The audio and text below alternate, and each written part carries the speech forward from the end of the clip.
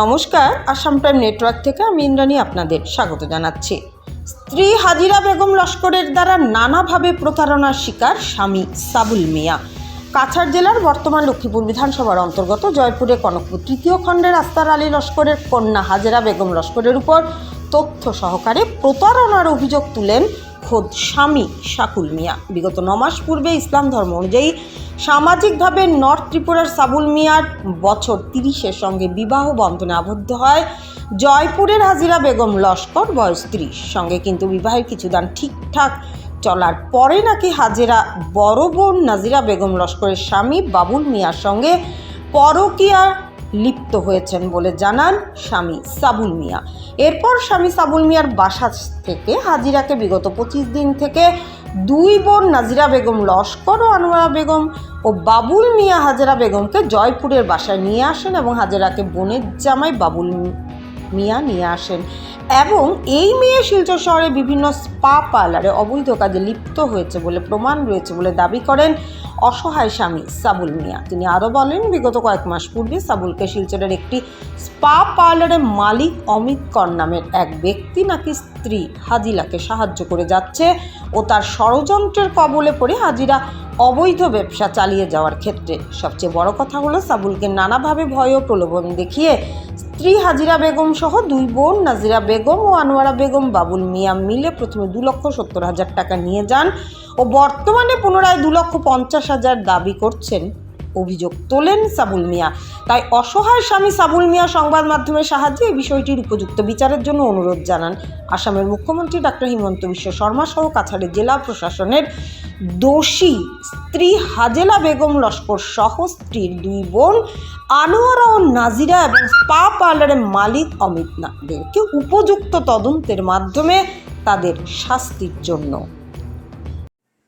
এখন বাবুলে ওই আমার বউ হাজিরা বেগম লস্করের ফটো হে আমার অশ্লীল ফটো দিয়া দেখা গেছে পরকিয়া তার লগে লিপ্ত।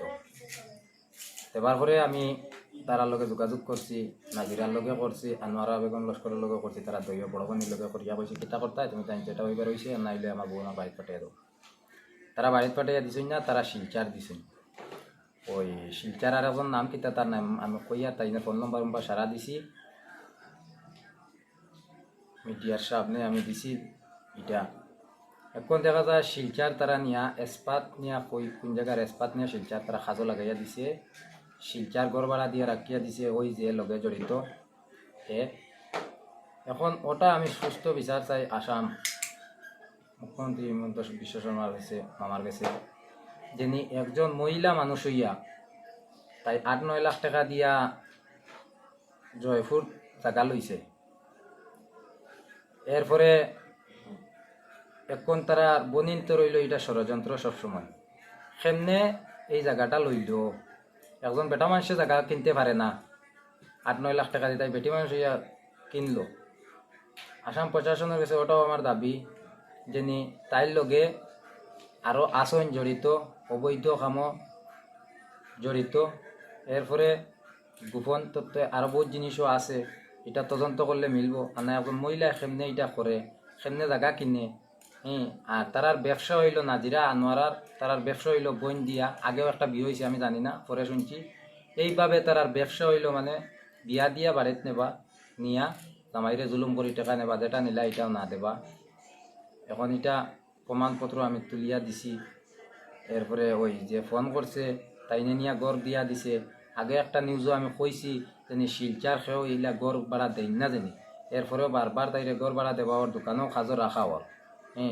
একজন মহিলারে যদি তাই জামাইর লগে পারিবারিক সমস্যা থাকে তাই বাবার বাড়ি থাকার কথা, তাই তো দোকানও যাইবার কথা না, শিলচার থাকার কথা নাই, আর একজনে গড় রাখিয়া দিবার কোনো কথা নাই, আর এক মালিকে তোমার গড়ও জায়গা দিবার কথা নাই একজন মহিলার স্বামী না ছাড়া। আমি স্বামী থাকা অবস্থায় তাইরে জায়গা দেবা ওর, তাই বাবার বাড়ি তাই থাকতো।